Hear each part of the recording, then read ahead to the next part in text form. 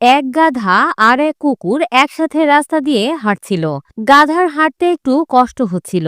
কুকুর বলল, কিরে ভাই, আবার মালিক পিটাইছে? গাধা হেসে বলল, হ্যাঁ রে ভাই, প্রতিদিনই মারে। কুকুর চোখ বড় বড় করে বলল, তাহলে পালাই যাস না কেন? আমি হলে তো মালিককে কামড়ে দিতাম। গাধা লজ্জা লজ্জা মুখে বলল, ওরে ভাই, একটা গোপন কথা আছে। কুকুর কৌতূহলী হয়ে বলল, কি রে বল।